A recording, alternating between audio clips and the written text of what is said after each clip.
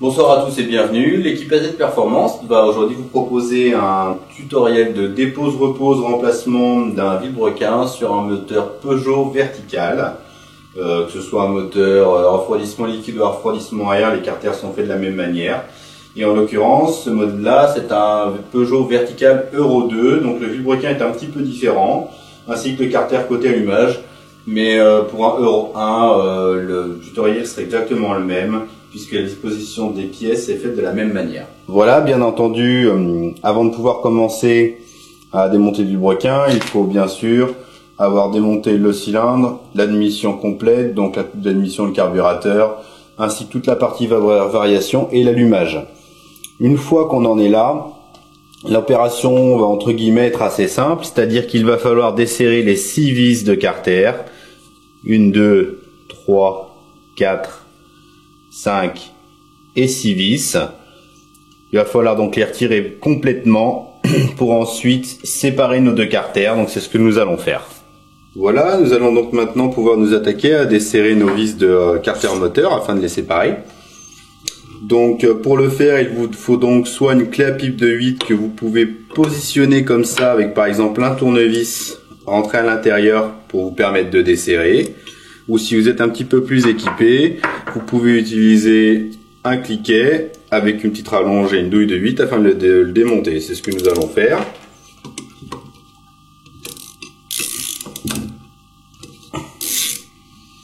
Une fois qu'elles sont desserrées, vous les retirez complètement.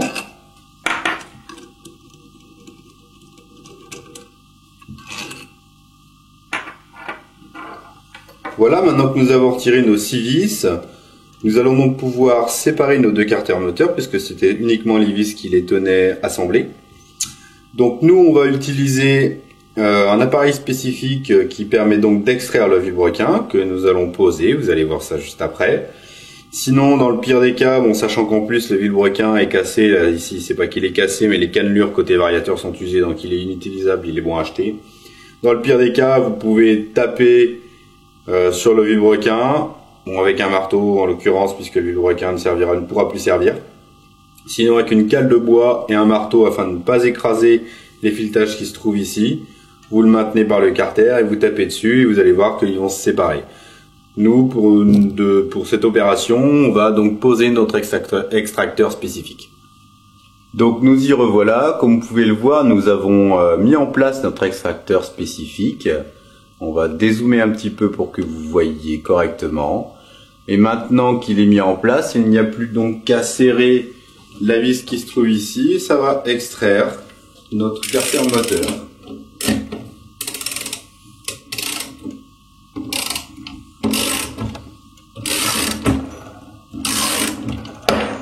Voilà. Les carters sont décollés. Comme vous pouvez le voir, il commence à se former du jour, le carter est libéré. Et voilà.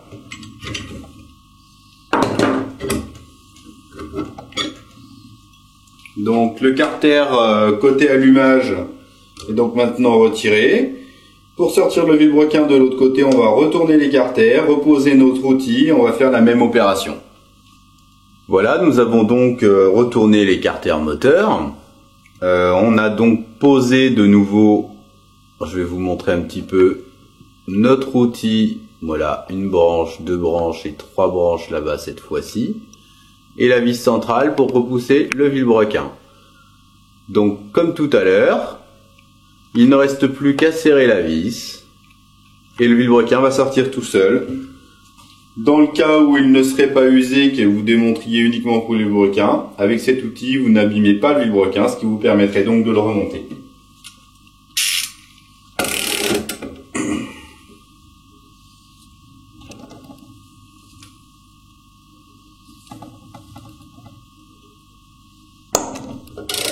Voilà.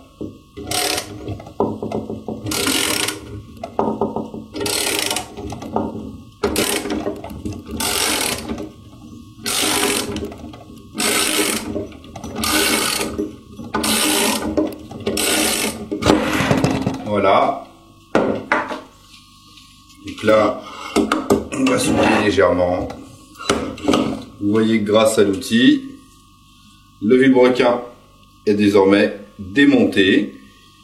Donc bien sûr maintenant on va extraire les roulements de vilebrequin et les joints spi puisqu'ils vont également être remplacés, c'est obligatoire si vous changez votre vilebrequin. Et avant la phase de remontage, on nettoiera évidemment les carters pour repartir sur quelque chose de propre. Voilà, nous allons donc maintenant démonter notre joint spi de vilebrequin. Côté variateur, on prend donc un tournevis plat qu'on présente en dessous et on fait levier. On fait attention, le joint spi peut avoir tendance à sauter. Voilà, il sort. Et voilà, vous avez donc là démonté votre joint spi de vilebrequin côté variateur. Voilà donc pour chasser notre roulement de vilebrequin. Le mieux est d'utiliser une douille. Là en l'occurrence c'est une douille de 21. Donc on positionne bien à plat, on vérifie qu'elle est bien en contact avec le roulement bien entendu.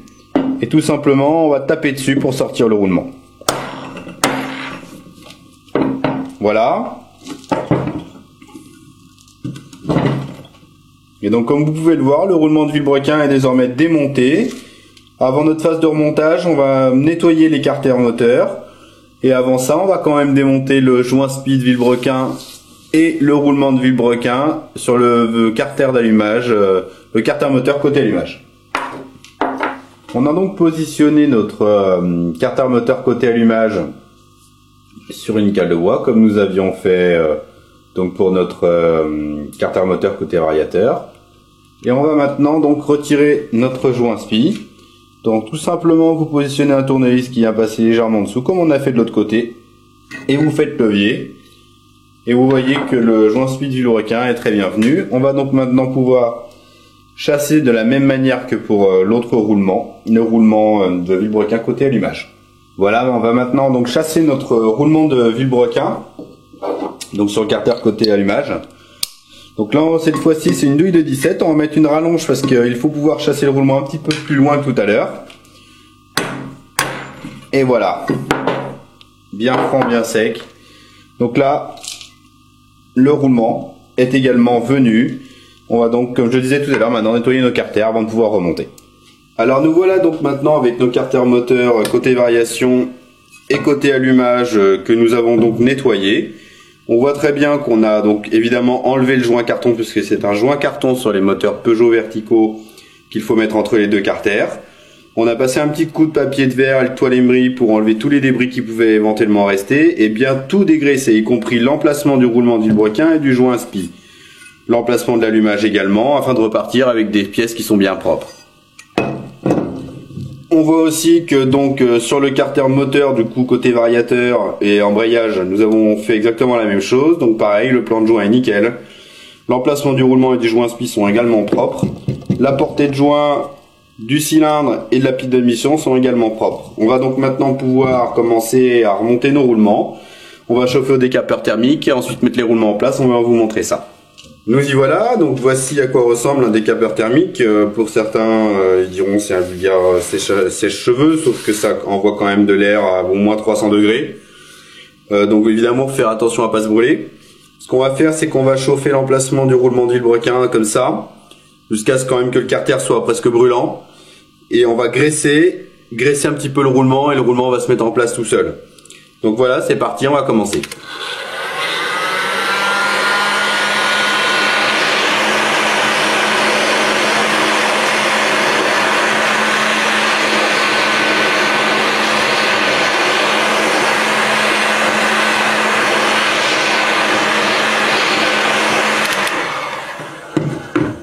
On va graisser un petit peu.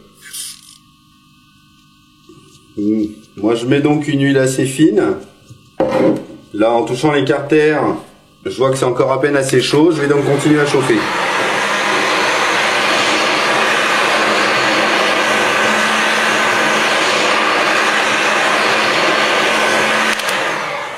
Voilà, ça devrait être suffisant. On va donc maintenant lubrifier également le roulement. Donc il se met en place bien. Il faut être généreux. Et voilà. Là, le roulement est déjà dans le fond. On va faire un petit contrôle rapide quand même. On ne tape que sur la partie extérieure du roulement.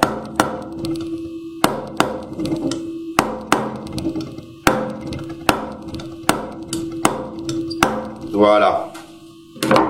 C'est uniquement pour être certain que le roulement est vraiment bien en place. Ensuite, on peut nettoyer l'excédent de gras. Voilà, vous avez un roulement qui est donc en place. On va donc maintenant pouvoir s'occuper du carter moteur côté allumage. Voilà, on a positionné notre carter moteur côté allumage sur 2 cales de bois, histoire d'être un petit peu plus à l'aise. Et c'est parti, on va le chauffer.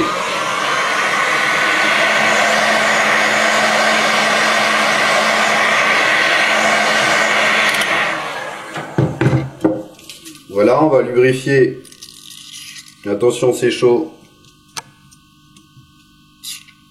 L'emplacement du roulement. Avant de mettre le roulement en place, on va chauffer un petit peu pour être bien sûr et aller vite.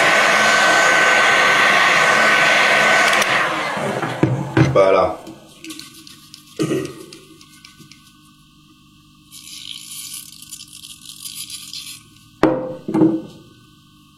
On dresse bien le roulement. Et comme tout à l'heure, il se met en place très bien.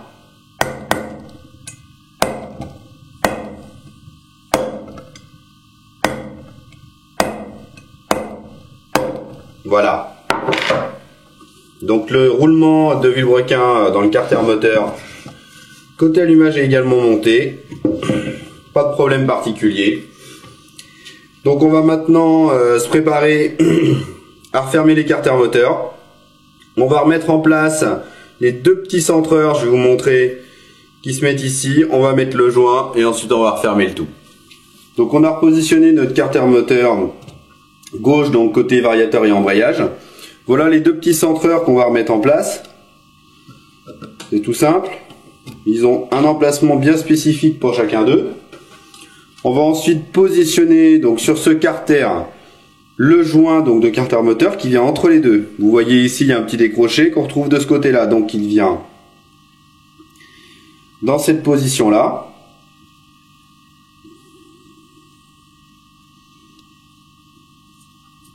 Voilà. Vous le présentez bien. On va donc maintenant aller chercher le vilebrequin neuf et le carter moteur côté allumage pour réassembler tout ça. Alors voilà donc le vilebrequin neuf, bien sûr, que nous allons remonter. Donc il s'agit d'un modèle type origine, hein, puisque la motorisation de ce moteur sera entièrement d'origine. On voit que les cannelures sont bonnes, les filetages de chaque côté sont également bons. Ce côté-ci, c'est donc le côté variateur, et le côté qui est conique, c'est le côté allumage. On lubrifie un petit peu pour le mettre en place. Ça ne peut absolument pas faire de mal. Et donc on va simplement pour le moment le positionner comme ceci. Voilà, il prend à peu près sa place. Et maintenant on va pouvoir positionner le carter moteur côté allumage par-dessus. Donc voilà, on vient d'aller chercher le carter moteur côté allumage. Donc on va lubrifier un petit peu comme on a fait tout à l'heure le vilebrequin là où le roulement va porter. On fait pareil avec le roulement qu'on a mis tout à l'heure dans notre carter. Et on vient placer notre carter donc d'allumage par-dessus. Alors voilà, on va donc maintenant remettre les 6 vis du carter moteur afin de le refermer. Donc comme vous pouvez le voir, il y a 2 longueurs de vis, 3 plus longues forcément. Elles vont simplement ici, 1, 2, 3, et les 3 plus courtes à suivre. Donc dans ce sens-là, 1, 2, 3, 4, 5, 6 les plus courtes.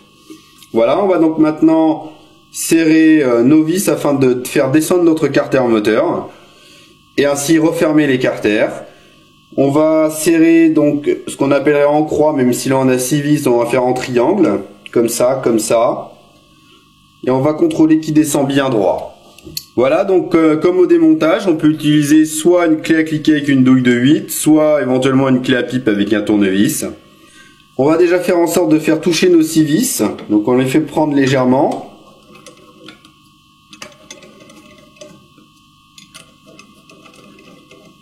Voilà.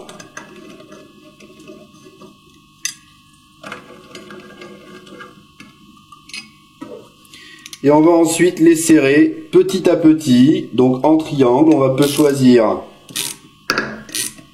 cette vis là, une deuxième ici, une troisième, voilà. On prend les mêmes.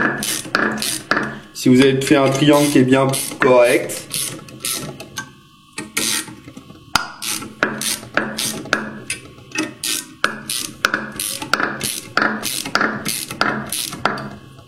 On jette un œil au fur et à mesure, on va voir comment descend le carter moteur.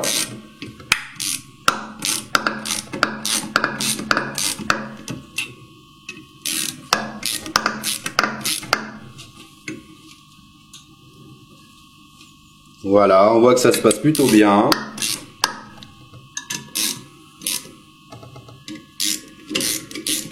On va ensuite approcher les autres.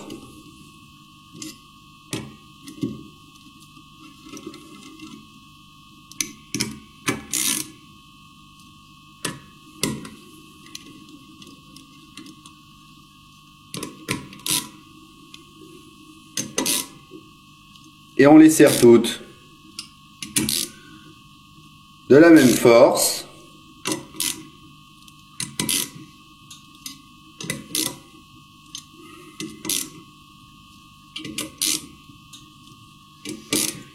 Il faut bien penser, comme je le dis souvent,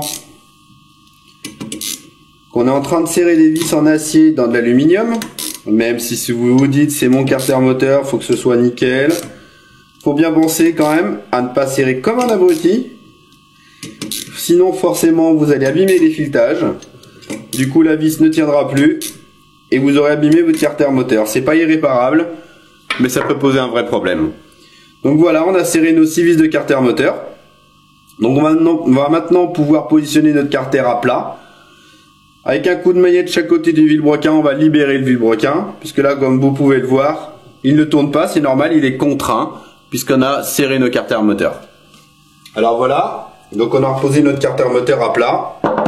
Notre vilebrequin est toujours pas complètement bloqué, mais très dur, puisqu'on a contraint les roulements avec le vilebrequin en refermant les carters. Donc on va simplement, de préférence à l'aide d'un maillet, vous voyez, avec les embouts en plastique. Alors si vraiment vous avez qu'un marteau, il faut remettre les écrous donc sur le vilebrequin de chaque côté et à ras. Vous allez voir qu'un coup sec de chaque côté.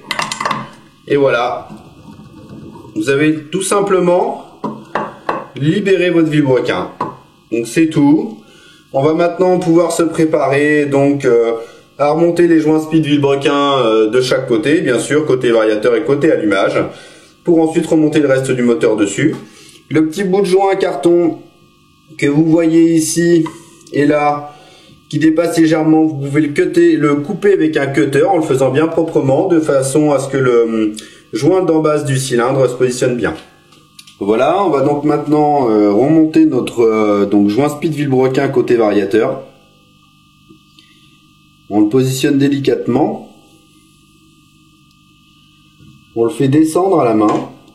Vous allez voir qu'il va accepter de rentrer légèrement. Et ensuite, avec un petit axe et un maillet, on va le pousser dans son logement. Les joints spi, il faut jamais trop les brutaliser. C'est ce qui fait quand même l'étanchéité de votre moteur. Il vaut mieux prendre son temps. Si vous avez le moindre doute lors de la mise en place du nouveau joint et que vous pensez que vous l'avez peut-être abîmé, il ne faut surtout pas hésiter à le renlever pour en mettre un autre.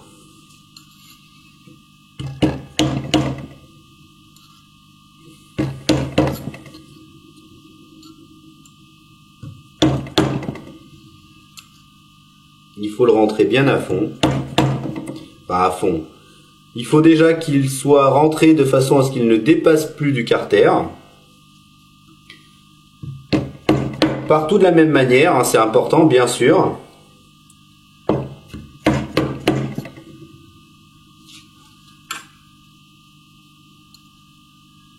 Et vous le mettez ensuite, comme il était positionné auparavant.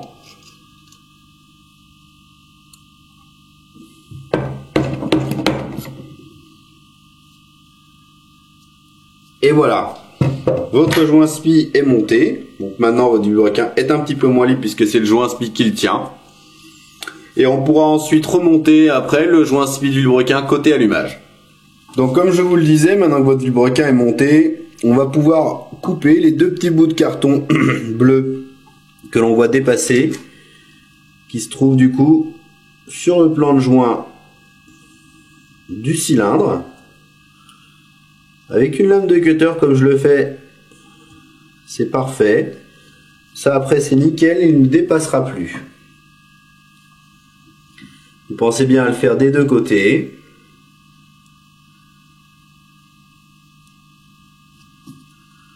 Voilà. Vous passez ensuite le doigt pour contrôler que c'est bien lisse. Au besoin, vous repassez un petit peu la lame. Évidemment, vous faites attention à ne pas vous couper avec la lame de cutter. Et voilà, c'est nickel. Donc on va pouvoir faire suivre les opérations.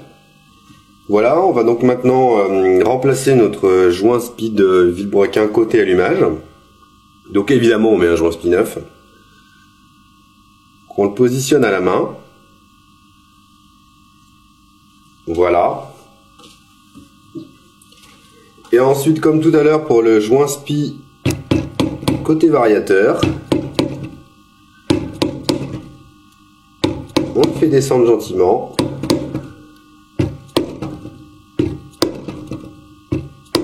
Dans son logement. On le voit descendre. Voilà, on sent qu'on a bientôt terminé. On est arrivé en bout de course.